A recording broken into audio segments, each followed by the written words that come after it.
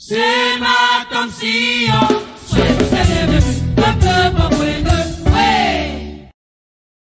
Écoutons la voix du berger.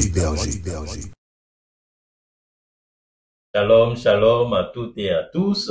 Que la grâce de Dieu soit notre partage en ce début de semaine. C'est avec joie que je vous retrouve et nous sommes dans cet élan de faire le bilan de l'année 2024 que le Seigneur nous a accordé. C'est avec reconnaissance que nous passons ces derniers moments, ces derniers jours de l'année, et je rends grâce à Dieu qui nous a soutenus, qui nous a protégés, qui a veillé sur nous et nos familles. Que son nom soit béni.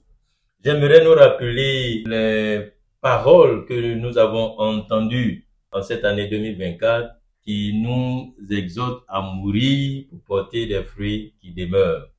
La vérité, c'est que celui qui n'est pas mort ne pourra jamais porter de fruits. La première vérité que nous avons retenue, c'est que mourir de façon simple, c'est se convertir. Ta manière de donner ta vie à Jésus influence les fruits que tu vas produire pour le Seigneur.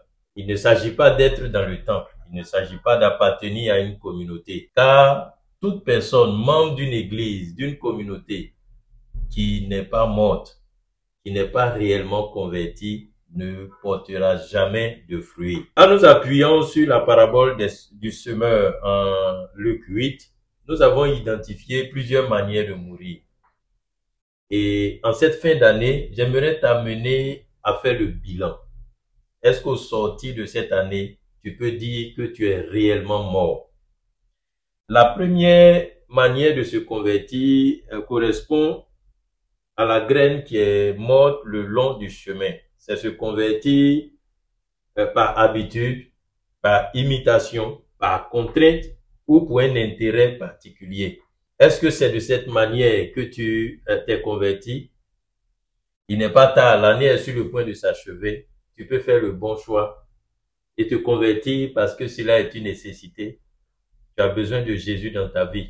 Il y a une deuxième manière de se convertir et cette conversion correspond à la mort de la graine sur le roc. Il s'agit de ceux qui se convertissent ou qui bâtissent leur vie sur la tradition des ancêtres, des parents, sur les coutumes, la philosophie des hommes ou sur les principes de ce siècle présent. Est-ce que c'est ainsi que tu vis ta vie pendant que tu te dis chrétien? Après avoir fait le point de ta marche, est-ce que tu peux dire aujourd'hui que ta vie est bâtie sur la parole, sur le vrai roc ou le roc des traditions? Qu'est-ce qui gouverne tes pensées? Qu'est-ce qui motive tes choix?